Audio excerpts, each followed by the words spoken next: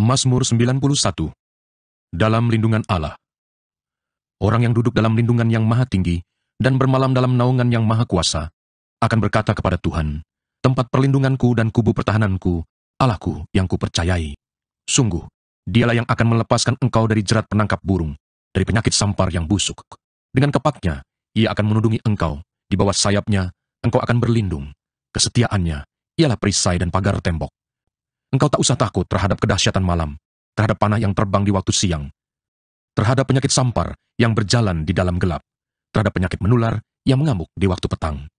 Walau 1000 orang rebah di sisimu, dan 10.000 di sebelah kananmu, tetapi itu tidak akan menimpamu. Engkau hanya menontonnya dengan matamu sendiri, dan melihat pembalasan terhadap orang-orang fasik. Sebab Tuhan ialah tempat perlindunganmu, yang maha tinggi telah kau buat tempat perteduhanmu. Malapetaka tidak akan menimpa kamu, dan tulah tidak akan mendekat kepada kemahmu. Sebab malaikat-malaikatnya akan diperintahkannya kepadamu untuk menjaga engkau di segala jalanmu. Mereka akan menatang engkau di atas tangannya, supaya kakimu jangan terantuk kepada batu. Singa dan ular tedung akan kau langkahi, engkau akan menginjak anak singa dan ular naga. Sungguh, hatinya melekat kepadaku, maka aku akan meluputkannya, aku akan membentenginya, sebab ia mengenal namaku. Bila ia berseru kepadaku, aku akan menjawab, aku akan menyertai dia dalam kesesakan, aku akan meluputkannya dan memuliakannya. Dengan panjang umur akan kukenyangkan dia, dan akan kuperlihatkan kepadanya keselamatan daripadaku. Shalom Bapak Ibu, kami bersuka cita sekali bisa berjumpa dengan Bapak Ibu dalam ibadah online GBI Points Koen Rayon 1H. Kiranya Tuhan Yesus memberkati kita semua. Baiklah Bapak Ibu, sebelum kita memulai ibadah kita, saya mengajak kita semua untuk bersatu di dalam doa. Kita berdoa.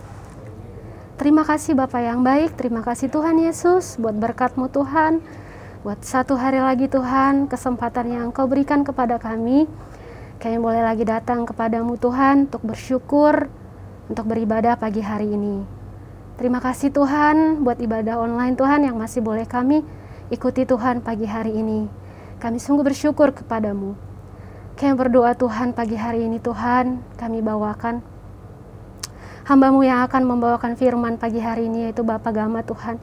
Berkatilah hamba-Mu Tuhan, biarlah melalui hamba-Mu ini Tuhan, firman-Mu dapat memberkati umat-Mu Tuhan, memberkati jemaat yang mengikuti ibadah ini Tuhan.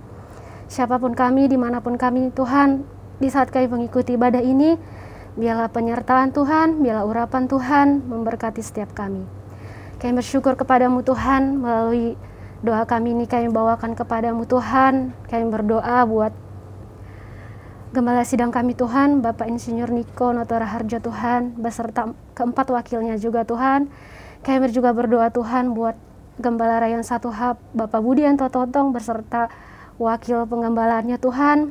Bahkan kami juga berdoa buat gembala kami terkasih di tempat ini Tuhan, Bapak Pendeta Suwardi beserta wakilnya Tuhan, Pak Noya Tuhan. Juga kami berdoa Tuhan buat setiap gembala-gembala kul, penatua yang ada Tuhan. Kami berdoa Tuhan buat hamba-hamba-Mu ini, biarlah Tuhan pengurapan-Mu, biarlah Tuhan kesehatan, biarlah Tuhan senantiasa perlindungan-Mu bagi mereka, bahkan bagi segenap keluarga mereka. Kami juga berdoa Tuhan, kami bawakan negara kami Tuhan Indonesia ke dalam tangan-Mu. Kami mau berkata Shalom Indonesia, biarlah damai sejahtera daripada Tuhan ada di bangsa ini. Tuhan yang memberkati Tuhan, mulai dari Sabang sampai Merauke, damai sejahtera Tuhan bagi setiap Tuhan Yesus, bangsa kami Tuhan, bagi setiap rakyat Indonesia Tuhan. Tuhan Yesus kiranya yang menjauhkan kami dari segala roh-roh kekerasan Tuhan, apapun bentuknya Tuhan, kami tolak di dalam nama Tuhan Yesus. Kami juga berdoa buat Tuhan, pemulihan perekonomian di negara kami Tuhan. Dijauhkanlah dari negeri kami Tuhan segala bentuk resesi Tuhan akibat dari pandemi COVID-19 ini Tuhan. Biarlah Tuhan Engkau yang memberkati setiap kami ya Tuhan yang bekerja, bahkan yang mencari pekerjaan Tuhan, berkatilah Bapa di dalam nama Tuhan Yesus. Biarlah Tuhan juga penyelesaian COVID-19 di negeri ini Tuhan dapat segera selesai Tuhan, sesuai dengan kehendak-Mu. Terima kasih Bapa, kami siap untuk memulai ibadah kami pagi hari ini. Biarlah kami serahkan semuanya ke dalam tangan-Mu. Biarlah segala kemuliaan hanya bagi nama-Mu. Di dalam nama Tuhan Yesus, kami sudah berdoa dan mengucap syukur. Haleluya, amin. Mari kita deklarasikan Pentakosta ketiga. Apa yang dimaksud dengan Pentakosta ketiga? 1. Pentakosta ketiga adalah pencurahan Roh Kudus yang dahsyat di zaman ini melebihi yang terjadi di Azusa Street. 2. Pentakosta ketiga akan mengakibatkan penuaian jiwa yang terbesar dan yang terakhir sebelum Tuhan Yesus datang kembali. 3. Pentakosta ketiga akan membangkitkan generasi Yeremia, yaitu anak-anak muda yang dipenuhi Roh Kudus, cinta mati-matian kepada Tuhan Yesus, tidak kompromi terhadap dosa, dan akan bergerak untuk memenangkan jiwa. 4. Pentakosta ketiga lahir di Indonesia dan bergerak ke bangsa-bangsa. Gerakan ini dari timur ke barat dan akan kembali ke Yerusalem. 5. Pentakosta ketiga akan memberikan kuasa untuk menyelesaikan amanat agung dan setelah itu Tuhan Yesus datang kembali. Amin. Mari kita perkatakan visi GBI Rayon 1H. Menjadi keluarga kerajaan Allah yang memenangkan jiwa-jiwa dan berdampak bagi dunia. Dengan nilai ikrar, integritas, keintiman, rendah hati, antusias inovatif, rela berkorban. Amin.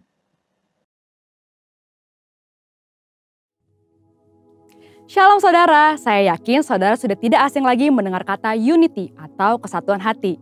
Jika saudara tergabung dalam komunitas sel di gereja kita, kesatuan hati menjadi salah satu nilai penting yang selalu digaungkan. Dalam Voice of Pentecost kali ini, kita akan membahas bagaimana Pentakosta, dalam hal ini pencurahan Roh Kudus, menghadirkan kesatuan. Pada malam sebelum Yesus diserahkan untuk disalibkan, ada beberapa peristiwa penting yang ia lakukan. Salah satunya, doa Tuhan Yesus untuk murid-muridnya yang dicatat dalam Yohanes 17 ayat 1-26. Perhatikanlah bagian dari doa tersebut.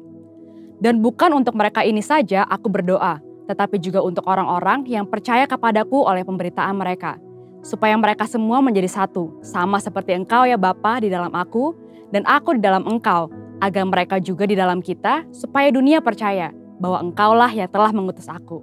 Dan aku telah memberikan kepada mereka kemuliaan, yang Engkau berikan kepadaku, supaya mereka menjadi satu, sama seperti kita adalah satu. Tuhan Yesus ingin murid-muridnya tetap menjadi satu, bahkan sesudah ia naik ke surga. Disunity atau perpecahan menjadi salah satu tantangan yang akan dihadapi para murid. Perpecahan dapat terjadi karena adanya perbedaan pandangan, latar belakang, suku, pekerjaan, bahkan berbeda secara teologis. Dalam Alkitab dicatat, para murid pernah beberapa kali memiliki pandangan yang berbeda yang cukup tajam. Padahal Tuhan Yesus masih bersama-sama dengan mereka secara fisik. Maka doa-doa Yesus sebelum penyerahan dirinya memiliki pesan unity. Seperti dilihat dalam Yohanes 13-16. Tuhan Yesus ingin murid-murid tetap menjadi satu, sama seperti Allah Tritunggal itu satu. Ia beberapa kali juga memerintahkan mereka untuk saling mengasihi dan melayani.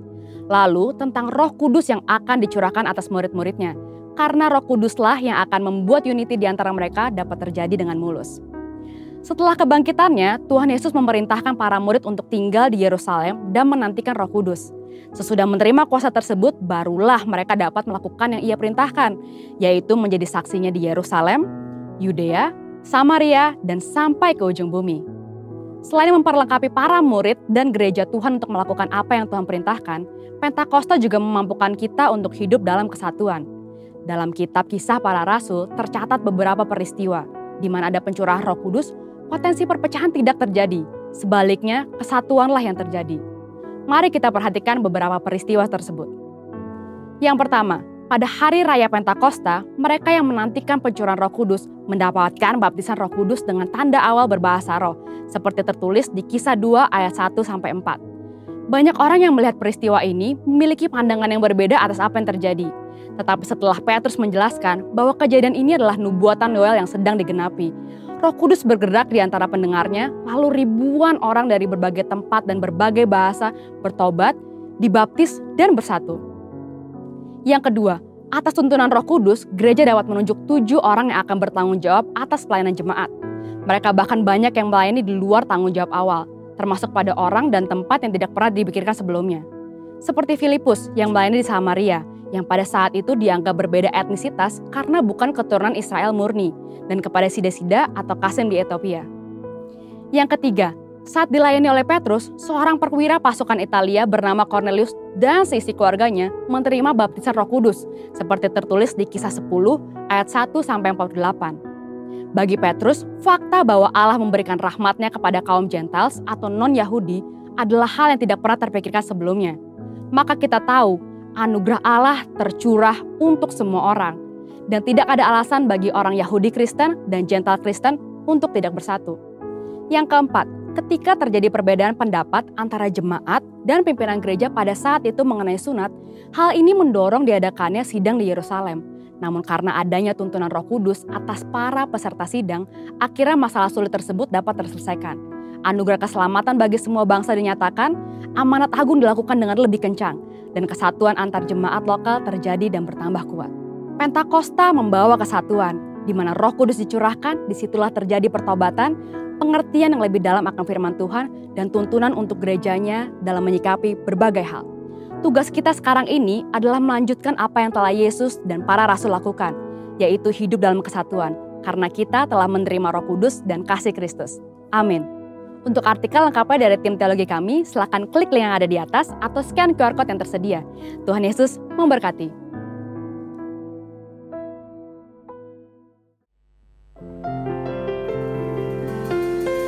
Haleluya, saya percaya hari-hari ini Tuhan sedang melawat setiap kita dimanapun kita yang menyaksikan tayangan ini. Kita percaya kasih sukacita yang melimpah daripada Tuhan mengalir. Sebab Tuhan Allah hadir di tempat di mana kita berada. Yuk kasih tepuk tangan buat Tuhan Yesus. Haleluya. Semua tepuk tangannya semua sama-sama.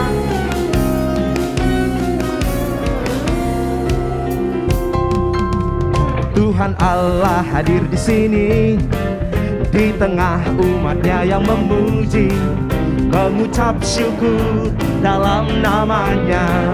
Yesus Tuhan kita, Tuhan Allah hadir di sini, berkatnya dirasakan semua. Mari masyurkan kebesarannya, Allah yang perkasa. Haleluya, pujilah Dia di tempat kudusnya.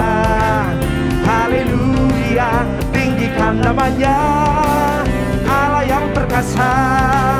Haleluya, pujilah Dia di tempat kudusnya. Haleluya, tinggikan namanya, Allah yang perkasa. Tuhan Allah hadir di sini, di tengah umatnya yang memuji, mengucap syukur dalam namanya. Yesus Tuhan kita, Tuhan Allah hadir di sini, berkatnya dirasakan semua. Mari masyurkan kebesarannya, Allah yang perkasa. Haleluya, pujilah Dia di tempat kudusnya. Haleluya, tinggikan namanya, Allah yang perkasa. Haleluya, pujilah Dia di tempat kudusnya. Haleluya, tinggikan namanya, Allah yang perkasa. Semua yang bersuka cita, mari bersama-sama katakan haleluya. Haleluya. Amin. Haleluya. Haleluya, pujilah Dia di tempat kudusnya. Haleluya, tinggikan namanya, Allah yang perkasa. Haleluya, pujilah Dia di tempat kudusnya.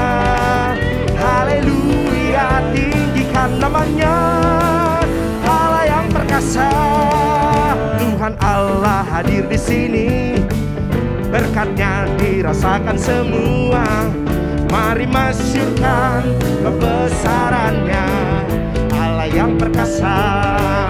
Mari masyurkan kebesarannya, Allah yang perkasa.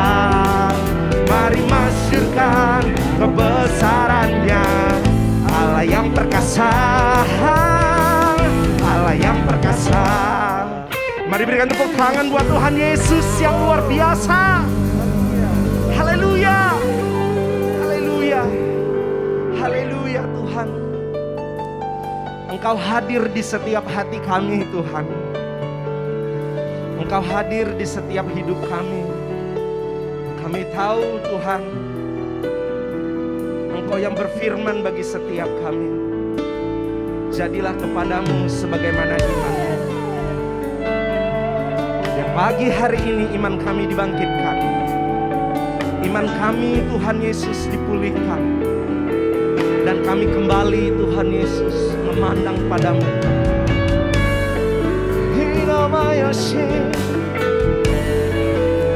Mari datang dengan segenap hati. Datang dengan cintamu kepada Tuhan. Sembah Dia. Haleluya.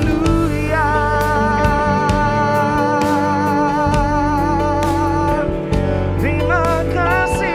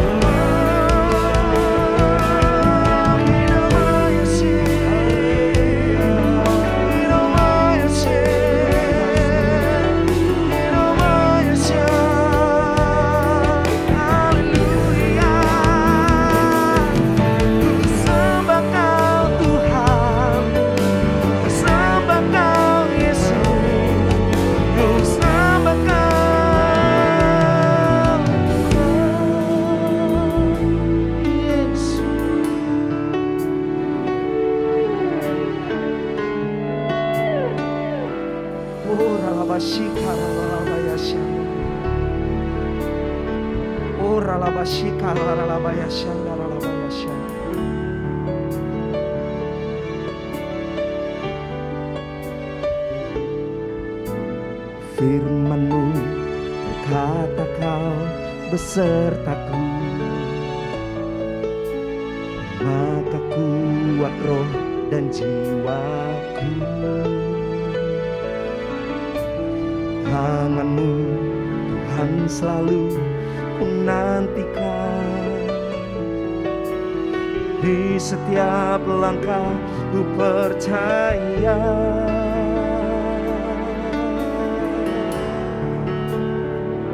Katakan firman-Mu, kata Kau besertaku, maka kuat roh dan jiwaku. Tangan-Mu Tuhan selalu ku nantikan, di setiap langkah ku percaya. Sayap-Mu ku akan terbang tinggi di tengah badai hidup. Ku tak menyerah, Kau ku nantikan, Kau yang ku sembah. Yesus, pertolonganku di tempat maha tinggi. Ku mengangkat tanganku, aku berserah. Kau pun nantikan, Kau yang ku sembah. Yesusku, Rajaku. Mari bersama-sama katakan firman-Mu. Firman-Mu berkata Kau besertaku, amin. Maka kuat roh dan jiwaku. Tangan-Mu Tuhan selalu ku nantikan, di setiap langkah ku percaya. Dengan sayap-Mu akan terbang tinggi di tengah badai hidup. Ku tak menyerah, Kau kekuatan dan perlindungan.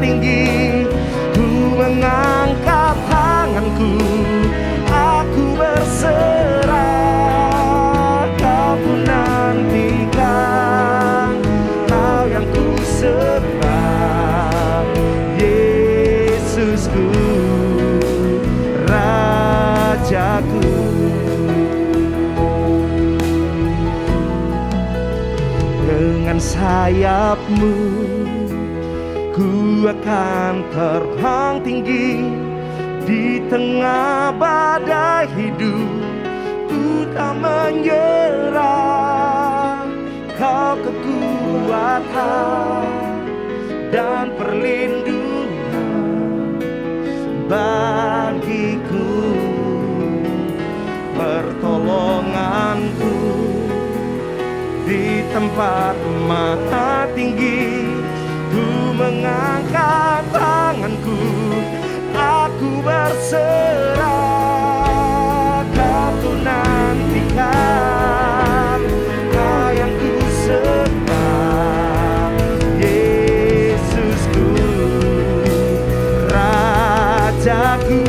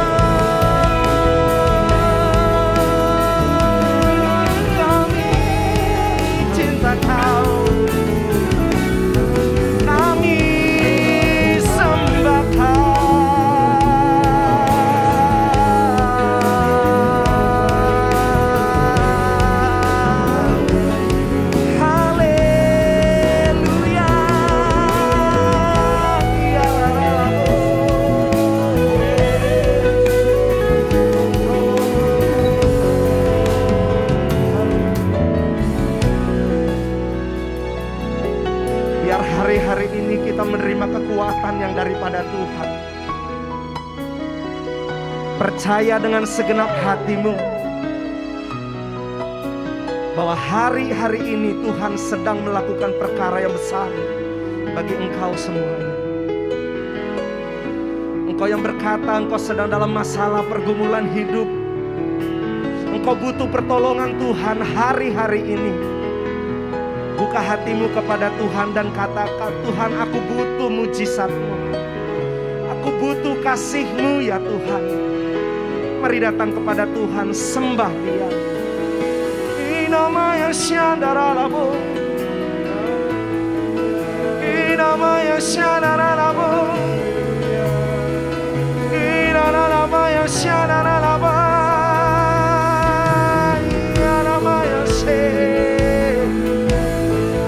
Inamaya syandaralabo.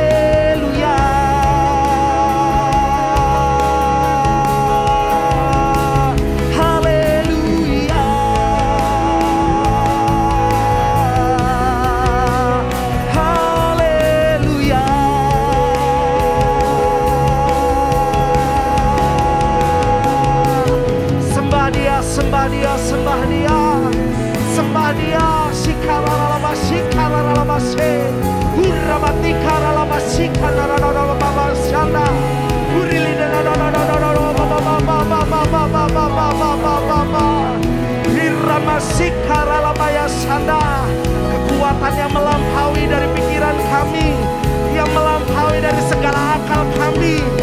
Yesus, Yesus Tuhan. Haleluya.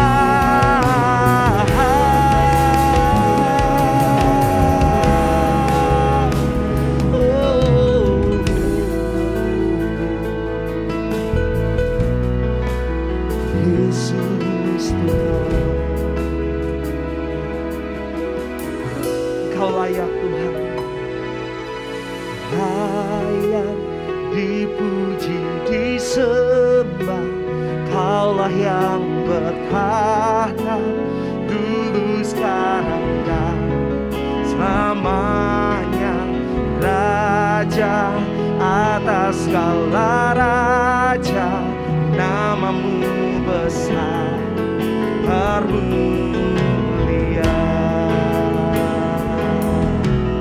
Layak dipuji, disembah, Kaulah yang bertahta dulu, sekarang, dan selamanya. Yes, nama kuasa di bumi dan di surga Tuhan.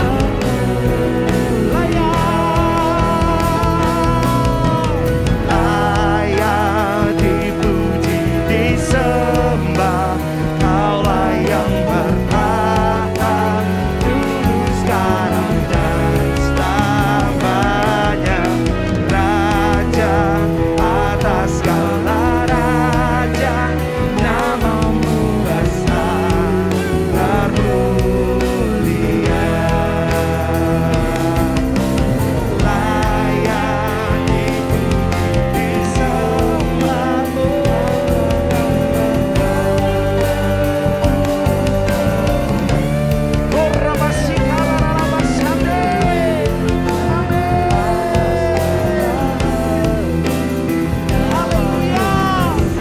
mari lebih lagi katakan baginya layak. Layak dipuji, disembah, Kaulah yang bertahta dulu, sekarang, dan selamanya.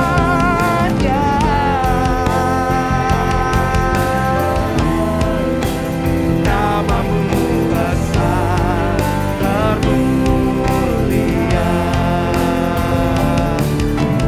Layak dipuji, disembah, Kaulah yang bertahta dulu, sekarang, dan sampai selamanya. Namamu besar termulia. Sekali lagi layak dipuji, disembah, Kaulah yang bertahta dulu, sekarang, dan selamanya. Raja atas segala raja, namamu besar termulia. Namamu besar termulia. Namamu besar termulia.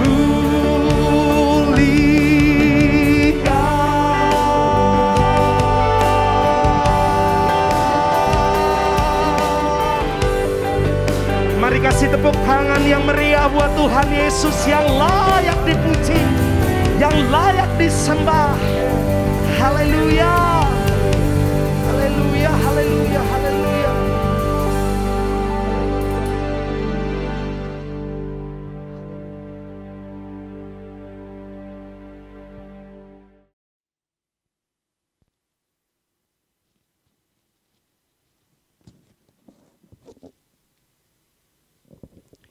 Shalom Bapak Ibu semua. Sebelum kita mulai firman Tuhan, mari kita berdoa bersama. Tuhan Yesus, kami bersyukur untuk hari ini ya Tuhan, untuk setiap kebaikan, penyertaan Tuhan, perlindungan Tuhan yang sempurna dalam kehidupan kami. Kami bersyukur begitu banyak kebaikan Tuhan yang kami alami dalam kehidupan kami ya Tuhan. Sebentar ya Tuhan, kami ingin mendengarkan apa yang jadi isi hati Tuhan untuk setiap kami. Kami mau buka hati kami buka pikiran kami mau dengar akan firman Tuhan. Kami mau melakukan firman Tuhan agar kami semakin sempurna di hadapan Tuhan. Berkati hamba-Mu, berkati setiap kami ya Tuhan yang beribadah pada pagi hari ini ya Tuhan. Dimanapun kami berada ya Tuhan. Di rumah kami masing-masing, di tempat kami masing-masing. Kami berdoa Roh Kudus-Mu berbicara secara langsung. Terima kasih ya Tuhan, terima kasih Bapa. Di dalam satu nama Allah yang hidup, kami siap mendengarkan firman Tuhan. Mari kita semua yang siap mendengarkan firman Tuhan sama-sama katakan amin. Shalom Bapak Ibu semua. Perkenalkan, Nama saya Gama. Pada kesempatan pagi hari ini kita mau sharing firman Tuhan dalam waktu kurang lebih 30 sampai 35 menit ke depan.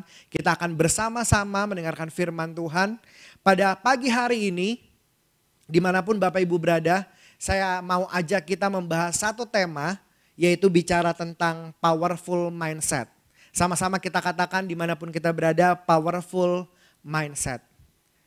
Ada banyak hal ya Bapak Ibu yang menjadi faktor bagi seseorang untuk menentukan kesuksesan, keberhasilan, pertumbuhan seseorang. Dan salah satu faktor yang paling besar yang berpengaruh dalam kehidupan orang adalah mindset. Apa itu mindset? Mindset itu adalah pola pikir, cara berpikir seseorang. Apa yang sedang kita pikirkan itu adalah mindset kita. Mindset bisa membangkitkan iman kita. Tapi di lain hal, mindset juga bisa menjadi penghalang kita untuk kita melihat janji Tuhan dengan jelas. Sehingga apa yang sedang kita pikirkan, apa yang kita yakini terjadi dalam kehidupan kita, itu akan mempengaruhi kehidupan kita ke depannya. Ada perkataan seorang profesor, ini adalah profesor namanya David Schwartz. David Schwartz ini mengatakan bahwa di dalam bukunya yang bicara tentang The Magic of Thinking Big, dikatakan bahwa syarat mutlak menciptakan perubahan dan kualitas dalam hidup adalah dengan mengubah mindset terlebih dahulu Bapak Ibu. Saya percaya kita memasuki tahun paradigma yang baru. Saya percaya ada mujizat yang baru. Ada proses yang baru. Ada berkat yang baru. Ada promosi demi promosi yang baru. Ada kenaikan level yang baru. Tapi Bapak Ibu, hal yang perlu kita pahami bersama-sama adalah sebelum kita mungkin menerima janji Tuhan yang besar itu, kita perlu memperhatikan mindset kita hari ini. Karena kata Profesor David bilang apa? Syarat mutlak menciptakan perubahan dan kualitas dalam hidup adalah dengan mengubah mindset. Karena bagaimana cara berpikir kita itu akan mempengaruhi apakah kita dapat menerima janji Tuhan atau tidak. Dalam Kisah Rasul 3 ayat 1 sampai dengan yang ke-19. Bapak Ibu bisa lihat slide ini. Saya tidak akan bacakan di Kisah Rasul 3 ayat 1 sampai dengan 9 karena ini cukup panjang. Tapi saya percaya Bapak Ibu waktu kita lihat ilustrasi ini bicara tentang Petrus menyembuhkan orang lumpuh. Jadi waktu sore hari Petrus bersama dengan Yohanes datang ke bait Allah Bapak Ibu. Saya percaya Bapak Ibu ingat cerita tentang hal ini. Dan apa yang terjadi, ada seorang yang lumpuh. Di Kisah Rasul 3 katakan orang ini lumpuh sejak lahir Bapak Ibu. Jadi bahwa satu gambaran yang saya bisa kasih ke Bapak Ibu. Bahwa orang ini sepanjang kehidupan dia tidak pernah bisa berjalan. Dan saya percaya Bapak Ibu, mungkin orang lain bilang ya wajar ya karena dia sudah lumpuh dari lahir. Kemudian wajar jika orang ini tidak pernah berpikiran untuk jalan. Yes wajar. Sehingga pada momen ini Bapak Ibu, apa yang dilakukan sama seorang yang lumpuh yang sedang mengemis-ngemis ini di depan bait Allah, pekerjaan setiap harinya adalah meminta-minta Bapak Ibu. Sehingga saya percaya orang ini punya mindset waktu dia datang ke bait Allah bukan untuk dia terima mujizat, no. Dia datang ke bait Allah untuk menyambung hidup hari demi hari lewat cara apa? Yaitu mengemis. Dia angkat mungkin satu mangkuk tempat dia mengemis dan itulah yang dilakukan dia setiap hari. Saya bisa katakan mindset orang ini dia hanya menerima apa? Dia katakan mungkin dia berdoa bahwa dia butuh berkat dari Tuhan lewat koin demi koin, lewat orang demi orang baik yang dermawan yang melewati di depan dia dan dia angkat mangkuk itu dan dia mungkin di dalam hatinya dia cuma punya mindset, dia cuma punya pikiran. Setiap hari ada banyak orang yang memberikan dia koin demi koin. Perhatikan hal ini Bapak Ibu. Yang saya mau katakan di Alkitab catat lewat peristiwa ini. Waktu Petrus dan Yohanes melewati orang ini. Pengemis ini dia gak minta adanya mujizat. Padahal dia tahu ada seorang murid Yesus yang namanya Petrus yang bisa melakukan banyak mujizat. Tapi karena mindset orang ini adalah pengemis Bapak Ibu. Dia gak minta mujizat itu terjadi. Yang dia minta apa? Yang dia minta adalah apa? Berikan sedekah. Dia meminta-minta tetap meminta-minta apa? Koin. Saya mau katakan di momen ini kita bisa lihat bahwa pengemis ini punya mindset yang salah. Dia hanya berharap terhadap sesuatu hal yang kecil. Dan Petrus mengetahui hal itu. Apakah Petrus memberikan dia uang? Tidak. Apakah Petrus mengeluarkan koin-koin dan memberikan dia koin-koin biar dianggap dermawan? No. Karena apa yang Tuhan ingin lakukan dalam kehidupan pengemis itu berbeda dan jauh lebih besar.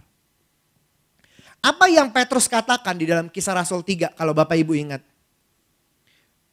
Petrus enggak menggubris apa yang dia minta Bapak Ibu. Bahkan Petrus katakan, emas dan perak tidak ada padaku. Betul? Dan Petrus lakukan berikutnya adalah apa? Petrus minta untuk pengemis ini memegang tangannya, berdiri dan menyambut mujizat Tuhan. Saya percaya Bapak Ibu, ada satu momen di mana waktu Petrus meminta pengemis ini bangkit berdiri dan menyulurkan tangannya kepada Petrus dan Petrus membantunya untuk berdiri. Ada satu momen perubahan mindset Bapak Ibu. Perhatikan hal ini. Ada satu momen perubahan mindset bahwa apa yang diminta lagi kepada pengemis ini itu bukan lagi bicara tentang koin. Ada satu momen kejadian di mana waktu pengemis ini mengangkatkan mangkuk pengemisnya itu di hadapan Petrus dan Petrus bilang emas dan perak tidak ada padaku. Di situ Petrus ingin mindset orang ini berubah. Dan Petrus secara tidak langsung bilang apa? Turunkan mangkok pengemis ini dan apa? Julurkan tangan untuk menyambut mujizat Tuhan. Seringkali Bapak Ibu kita dalam kehidupan ini, saya mau katakan seringkali mindset kita itu menjadi penghalang kita untuk menerima janji Tuhan. Seringkali mindset kita yang lama kita pakai untuk masuk tahun yang baru. Dan itu tidak masuk akal di hadapan Tuhan. Mari hari ini saya mau ajak kita sama-sama di waktu yang singkat ini kita belajar sama-sama bicara tentang powerful mindset. Bagaimana kita memiliki pola pikir yang powerful di hadapan Tuhan. Mari kita buka Alkitab kita di slide saya sudah sediakan di Matius 9 ayat 17. Matius 9 ayat 17 saya percaya ini ayat yang sangat familiar untuk Bapak Ibu saudara-saudara sekalian. Begitu pula anggur yang baru tidak diisikan ke dalam kantong kulit yang tua. Karena jika demikian kantong itu akan koyak sehingga anggur itu terbuang dan kantong itu pun hancur. Tetapi anggur yang baru disimpan orang dalam kantong yang baru pula. Dan dengan demikian terpeliharalah kedua-duanya. Saya percaya Bapak Ibu, ayat ini itu bicara tentang mindset. Dikatakan kita nggak bisa Bapak Ibu, waktu kita punya anggur yang baru ditaruh dalam kantung yang lama. Dikatakan apa? Itu akan koyak, akan hancur. Kalau hari-hari ini kita masih pakai pola pikir, mindset kita yang lama di tahun yang lama untuk terima dan masuk di tahun a new paradigm. Di paradigma yang baru, dengan pengertian-pengertian yang baru, dengan proses yang baru, dengan berkat yang baru, dengan pengertian akan firman Tuhan yang baru dan kita masih pakai pola pikir kita yang lama, itu semua akan sia-sia. Sehingga kalau kita mau terima berkat yang baru, kita mau terima ada satu sukacita baru, kalau kita mau terima damai sejahtera baru, kita harus siapkan wadah, kita harus siapkan kantong yang baru itu. Itu bicara tentang mindset Bapak Ibu. Bagaimana mindset kita ada di tahun 2022 ini? Apakah sudah sesuai Bapak Ibu? Hari ini saya mau ajak kita sama-sama Bapak Ibu belajar dari satu tokoh. Dan saya mau ajak kita berpikir, merenungkan firman Tuhan bahwa mindset kita itu akan berdampak besar bagi kehidupan kita. Ada banyak orang Kristen berpikir, pola pikir itu cuma ada di pikiran dan tidak akan berdampak dalam kehidupan kita. Oh mindset itu akan cuma ya itu bicara tentang damai sejahtera doang. Tapi tidak menentukan berkat, tidak menentukan apapun. Itu satu hal yang salah Bapak Ibu. Hari ini kita mau belajar sama-sama di waktu yang singkat ini. Bagaimana mindset kita itu akan menentukan keseluruhan kehidupan kita. Next slide. Kita akan belajar dari seorang tokoh yang Bapak Ibu pasti pernah dengar bicara tentang Daniel. Saya akan bahas satu persatu. Poin yang pertama Bapak Ibu kita perlu pelajari adalah mindset kita itu akan menentukan action kita. Apa yang kita pikirkan itu akan menentukan apa yang akan kita lakukan. Yang sepakat sama-sama saya katakan amin.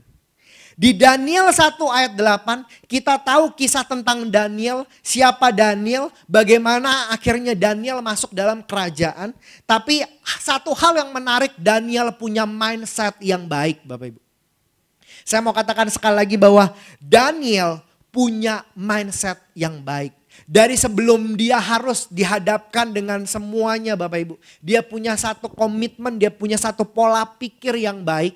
Di Daniel 1 ayat 8 di slide kita bisa baca sama-sama. 3, 2, 1.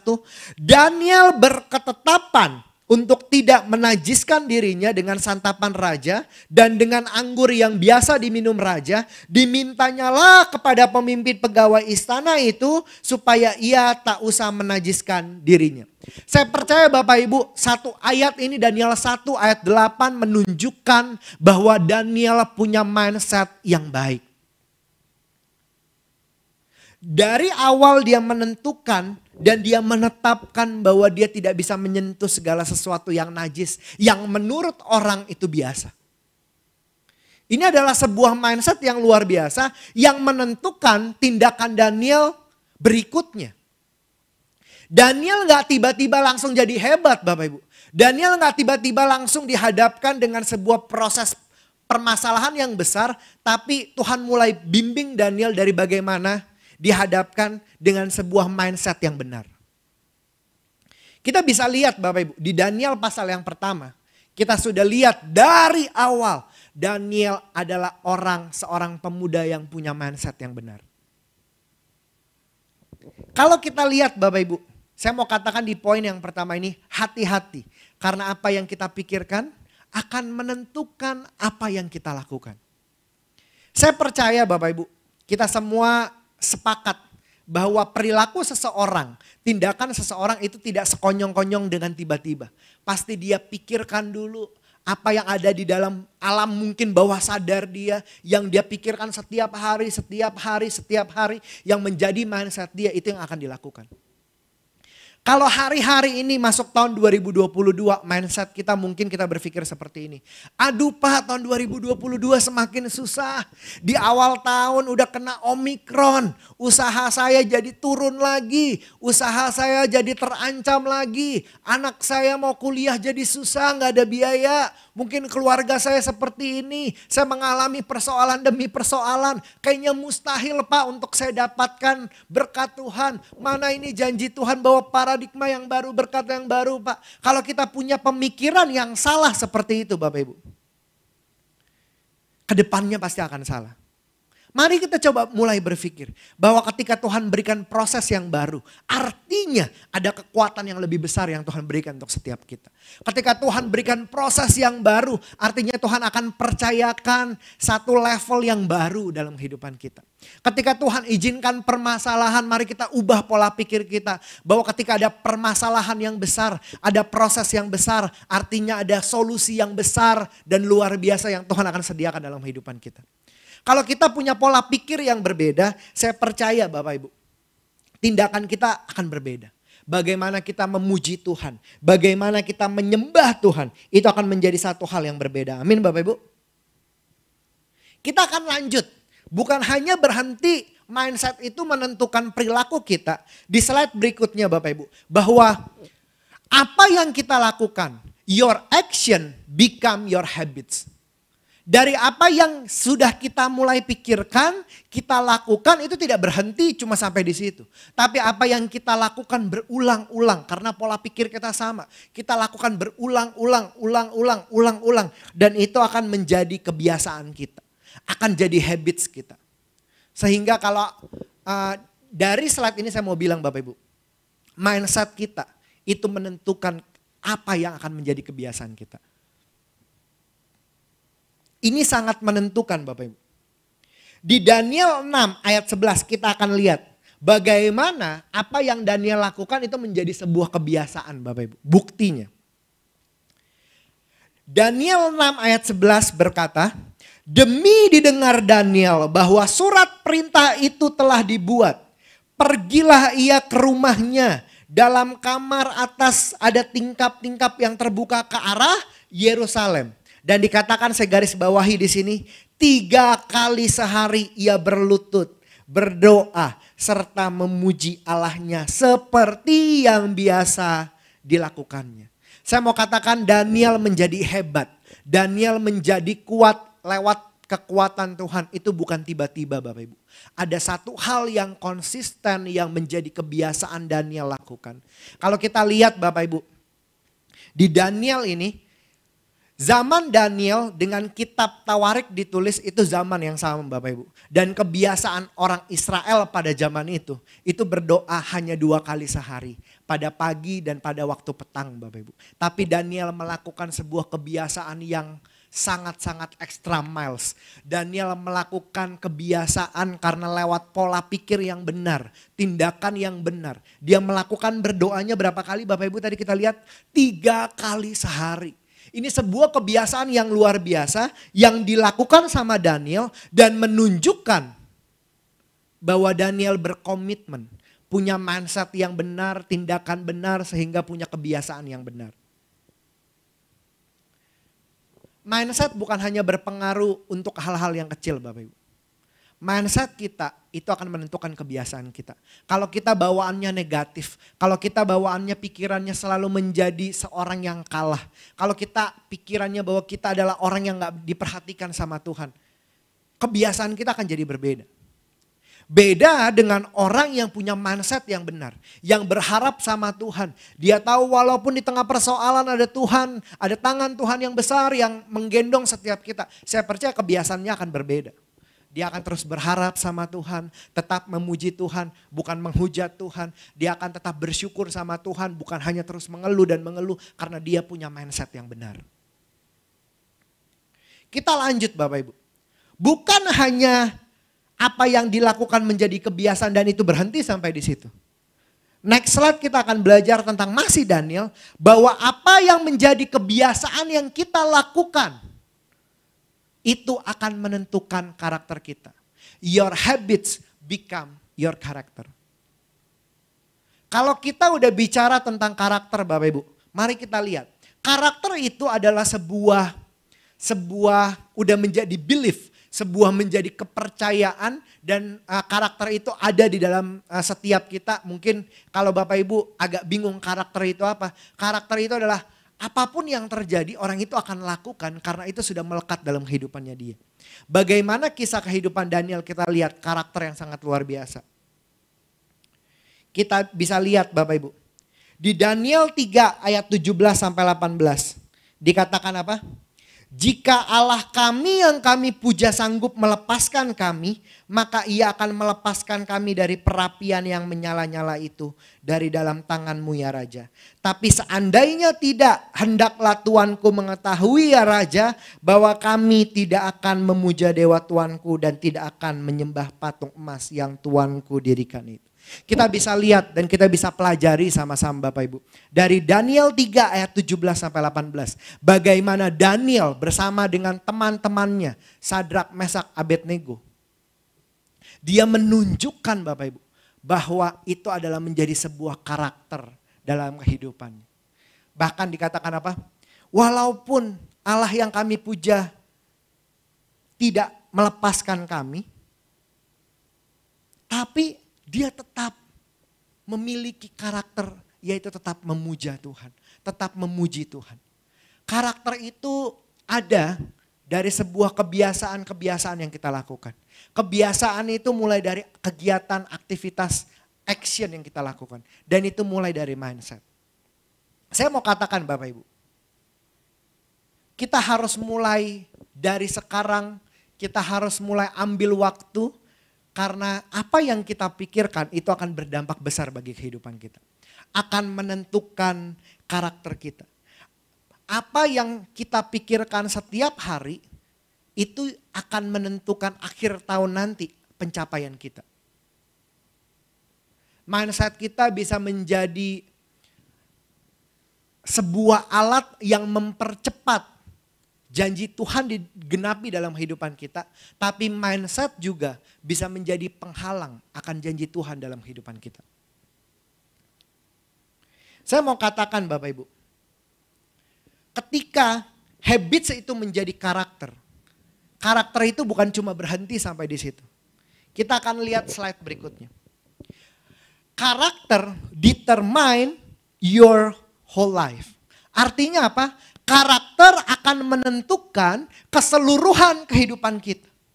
Karena bagaimana kita menjalani kehidupan kita, itu tergantung karakter kehidupan kita.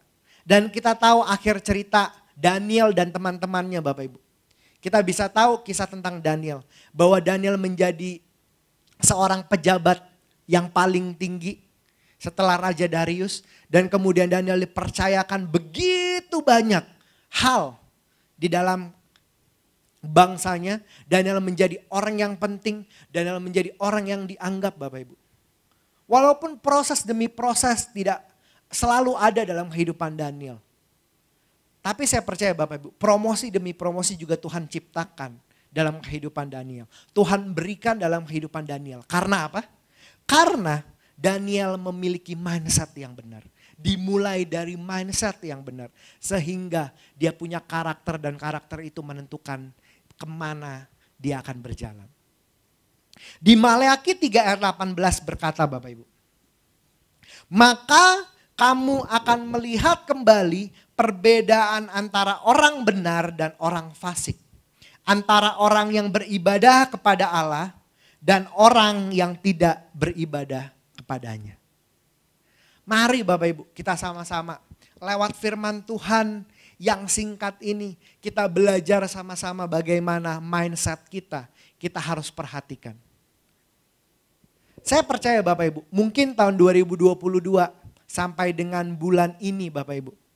Mungkin Bapak Ibu mengalami banyak proses demi proses. Saudara-saudara semua mungkin dihadapkan dengan pilihan-pilihan yang sulit.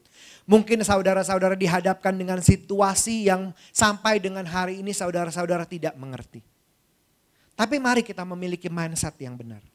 Mari kita memiliki respon yang benar. Karena itu akan menentukan kehidupan kita. Ada sebuah ilustrasi Bapak Ibu. Ada sekumpulan oma dan opa sedang reuni pergi Bapak Ibu. Pergi ke suatu kota yaitu kota Paris di Perancis Bapak Ibu. Kota ini sangat indah Bapak Ibu. Dan kota ini itu ada sebuah taman di tengah kota Paris. Dan taman ini penuh dengan bunga-bunga. Seperti taman-taman yang sangat indah mungkin yang Bapak Ibu pernah lihat di film-film. Dan kemudian di tengah taman ini itu ada sebuah air mancur Bapak Ibu yang indah di tengah taman di kota Paris. Dan para oma dan opa yang sedang berlibur ke sana gitu ya. Dia cerita dari Indonesia pergi ke sana, dia sedang liburan reunian. Dan di tengah air mancur yang sangat indah itu, Bapak Ibu kebayang di pinggiran air mancur itu banyak batu-batu yang terlihat sangat indah Bapak Ibu. Dan kemudian ada papan tertulis di sebelah air mancur itu. Dituliskan bahwa yang mengambil akan menyesal. Yang tidak mengambil akan jauh lebih menyesal. Perhatikan ya Bapak Ibu ya. Yang mengambil batu-batu yang di pinggiran kolam itu akan menyesal. Tapi yang tidak mengambil akan jauh lebih menyesal. Saya mau tanya sama Bapak Ibu.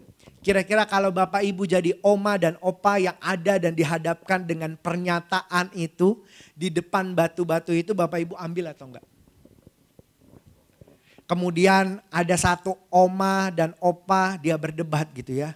Jangan diambil, ngambil nyesel. Udah gitu kata opanya gini, itu kalau nggak diambil juga lebih menyesal. Dan kemudian apa yang dilakukan sama para oma dan opa satu grup ini, mereka berdiskusi panjang dan lebar, kata mereka udahlah nggak usah diambil. Kita udah tua, ntar kita juga nyesel ngambil. Tulisannya seperti itu Bapak Ibu. Ini hanya sebuah ilustrasi. Dan kemudian ada satu orang opa Bapak Ibu. Dia karena dia masih berkekeh, dia bilang harusnya diambil walaupun yang lain bilang gak ambil. Akhirnya tanpa Tanpa teman-temannya tahu, sebelum pergi dia ambil satu raup dan dia dapat 5 buah Bapak Ibu. Dia langsung ambil dan dia masukkan ke tas. Selama perjalanan tur itu Bapak Ibu, si kakek ini, si opa ini, dia selalu bilang gini, ini bener sih, gue ambil nyesel karena cukup berat. Bikin berat ini tas gitu ya. Lumayan 5 batu, seperti batu-batu kerikil dan kemudian itu ditaruh dalam tasnya. Dan opa ini sepanjang jalan sampai bahkan dia balik ke Indonesia di dalam pesawat dia bilang, iya harusnya ini gak usah dibawa, saya sudah mulai menyesal gitu ya. Dan kemudian dia sampai di rumah, batu itu agak bingung mau diapain dan kemudian dia taruh karena di meja ruang tamu dia itu kayak ada seperti vas bunga gitu ya yang biasa ditaruh di meja di ruang tamu dan kemudian dia taruh digabungin dengan batu-batu kerikil yang lain ditaruh aja di situ. Dan kemudian suatu hari setelah beberapa minggu kemudian ada tamu yang datang ke rumahnya dan kemudian tamu ini adalah ahli dari batu gitu ya Bapak Ibu ya. Waktu dia duduk di ruang tamu dan dia lihat gini, ini sepertinya batunya tidak biasa gitu ya. Ada beberapa batu yang terlihat punya kilauan yang berbeda dan kemudian si teman dari opa ini yang berkunjung ke rumah bertanya, ini batu dari mana?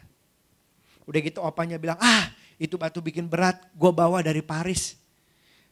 Udah gitu kata si tamu ini, teman dari si opa ini, dia bilang apa? Kayaknya ini batunya batu antik gitu ya, batu yang sangat berharga. Dia bilang boleh gak saya bawa ini batu gitu ya, ada 5 batu ini saya bawa dulu. Nanti saya akan kasih tahu kamu ini batu berharga atau enggak. Dan kemudian si kakek ini bilang udah terserah dah mau dibawa aja gitu ya. Dan kemudian si tukang batu ini poles itu batu dengan sangat indah. Dan batu ini menjadi sebuah batu permata yang indah Bapak Ibu.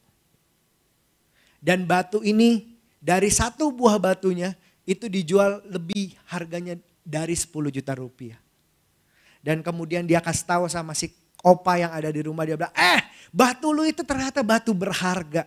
Nilainya 1 batu lebih dari 10 juta rupiah gitu ya. Dan kemudian si kakek ini baru termenung gitu ya. Dia pikir gini, batu yang dia ambil itu ternyata batu berharga. Dan dari situ dia bilang sama grup WhatsApp satu reuniannya dia. Dia bilang bener loh. Tulisannya apa Bapak Ibu?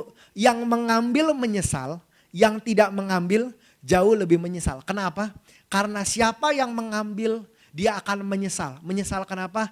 Kenapa ngambilnya cuma 5? Kenapa dia gak bawa karung? Kenapa dia gak bawa 1 kontainer untuk dibawa semua batunya? Yang gak mengambil jauh lebih menyesal, pasti jauh lebih menyesal karena hanya mendengar apa yang didapatkan sama orang yang mengambilnya. Dari ilustrasi singkat ini Bapak Ibu, saya mau tutup Bapak Ibu. Mungkin hari ini kita mendengar firman Tuhan yang sama tentang bagaimana kita merubah mindset kita. Ilustrasi itu bicara tentang bagaimana kita punya mindset Bapak Ibu. Bagaimana kita menanggapi sebuah persoalan. Hari ini Bapak Ibu, marilah kita waktu kita kembali melakukan aktivitas setelah kita mendengarkan firman Tuhan ini. Kita jadi orang-orang yang mana Bapak Ibu? Yang menyesal pertama atau yang sangat menyesal karena tidak mengambilnya. Saya berdoa kita menjadi orang yang menyesal yang pertama. Kenapa menyesal? Mungkin kita baru tahu hari ini bahwa mindset kita menentukan kesuksesan kita. Mungkin waktu-waktu yang lama kita berpikir bahwa mindset kita adalah mindset yang salah. Tapi biar kita bertobat, dengan mindset yang baru, dengan pengertian yang baru kita akan berubah bersama-sama. Amin Bapak Ibu. Mari kita menjadi orang pribadi yang punya respon yang baik. Saya akan tutup dengan doa. Sebelum berdoa saya mau bilang sama Bapak Ibu. Sekali lagi bahwa mindset kita menentukan apa yang kita lakukan. Apa yang kita lakukan menentukan kebiasaan kita. Apa yang kita lakukan terus-menerus menjadi kebiasaan, itu akan menjadi karakter. Dan karakter kita menentukan keseluruhan kehidupan kita. Sehingga setelah dari Bapak Ibu mendengar firman Tuhan ini, mari kita rubah pola pikir yang salah. Kita bertobat, kita berdoa sama Tuhan. Kita harus punya mindset bahwa Allah adalah satu-satunya pribadi yang selalu mencukupkan apa yang kita butuhkan.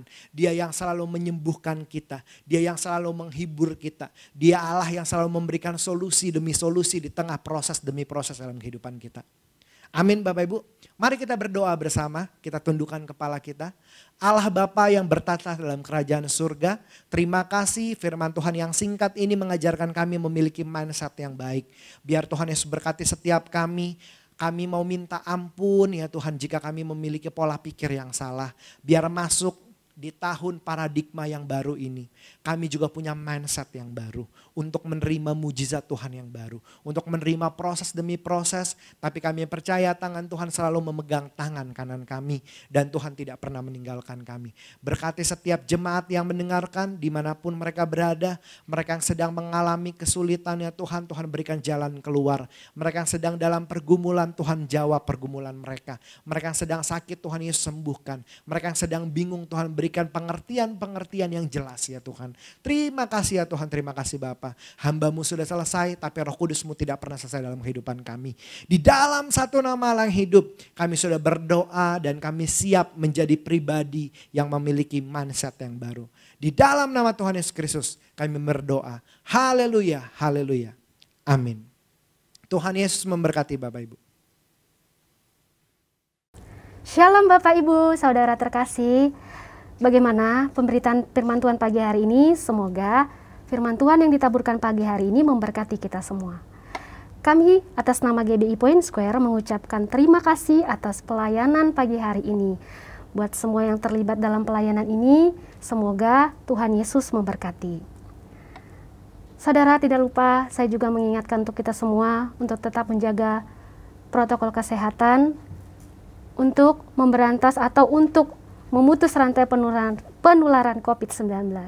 Jangan lupa memakai masker, mencuci tangan, dan selalu menjaga jarak. Puji Tuhan saudara, Cool GBI Point Square masih dapat kita ikuti melalui Zoom. Untuk ID dan passwordnya dapat dilihat di layar saudara masing-masing. Begitu juga dengan rumah doa, kita dapat adakan dan kita ikuti setiap hari Sabtu pukul 7 sampai dengan pukul 8 via Zoom ataupun melalui halaman Facebook GBI Point Square. Kami juga mengundang Bapak Ibu untuk bergabung di dalam menara doa Azusa Street yang diadakan 24 jam. Baiklah Bapak Ibu, pengumuman berikutnya adalah untuk minggu depan ibadah kita sudah bisa kita laksanakan secara onsite. Bagi Bapak Ibu yang rindu untuk mengikuti ibadah, kami persilahkan untuk datang sebelum jam 9. Karena kita akan memulainya pukul 9 pagi. Tapi ingat ya, kita harus menjaga prokes. Bagi Bapak Ibu Saudara sekalian yang rindu untuk memberikan persembahan, dapat mentransfernya langsung melalui rekening GBI Point Square atau juga dapat scan melalui QR Code yang sudah tersedia. Baiklah Bapak Ibu, sebelum kita memberikan persembahan, saya mengajak untuk kita bersatu di dalam doa. Terima kasih Bapak yang baik, terima kasih Tuhan Yesus buat pemberitaan firman-Mu pagi hari ini. Kami sangat diberkati Tuhan melalui firman-Mu, biarlah Tuhan Yesus yang memberkati Tuhan. Hamba-Mu Tuhan yang sudah menyatakan firman-Mu Tuhan pagi hari ini. Bapak Pendeta Gama Tuhan, diberkatilah Tuhan Yesus pelayanannya, diberkatilah Tuhan dengan kesehatan, diberkatilah seluruh keluarganya. Terima kasih juga Tuhan kami yang terlibat hari ini dalam pelayanan kami, biarlah Tuhan kiranya kami diberkati. Sebentar Tuhan kami hendak memberikan persembahan Tuhan, biarlah Tuhan kami umat-Mu Tuhan datang kepadamu dengan persembahan kami Tuhan, dengan ucapan syukur kami, diberkatilah tangan-tangan yang memberi Tuhan, karena kami percaya Engkau sanggup Tuhan mencukupkan segala apa yang kami butuhkan Tuhan, dan kami percaya Tuhan persembahan kami ini biarlah kiranya berkenan kepadamu. Hanya di dalam nama Tuhan Yesus kami sudah berdoa dan kami siap memberi. Haleluya, amin. Selamat memberi, Tuhan Yesus memberkati. Haleluya, pujilah Dia di tempat kudusnya. Haleluya, tinggikan namanya, Allah yang perkasa. Haleluya, pujilah Dia di tempat kudusnya. Haleluya, tinggikan namanya, Allah yang perkasa. Tuhan Allah hadir di sini, berkatnya dirasakan semua. Mari masyurkan kebesarannya, Allah yang perkasa. Mari masyurkan kebesarannya, Allah yang perkasa. Mari masyurkan kebesarannya, Allah yang perkasa. Allah yang perkasa. Mari berikan tepuk tangan buat Tuhan Yesus yang luar biasa. Mari Bapak Ibu Saudara kasih Tuhan, kita akan mengakhiri ibadah kita saat ini. Angkat tanganmu dan terimalah berkat dari Tuhan. Tuhan memberkatimu dan melindungimu. Tuhan menyinari engkau dengan wajah-Nya dan memberikan engkau kasih karunia. Tuhan mengharapkan wajah-Nya kepadamu dan memberikan engkau damai sejahtera. Terimalah berkat yang sempurna dari Bapa di sorga, kasih daripada Tuhan Yesus, kuasa dan pengurapan daripada Allah Roh Kudus pada saat tercurah menyertaimu, memberkatimu mulai saat ini sampai Maranatha. Tuhan Yesus datang kembali yang kedua kalinya untuk menjemput setiap kita yang percaya bahkan kekal sampai selama-lamanya.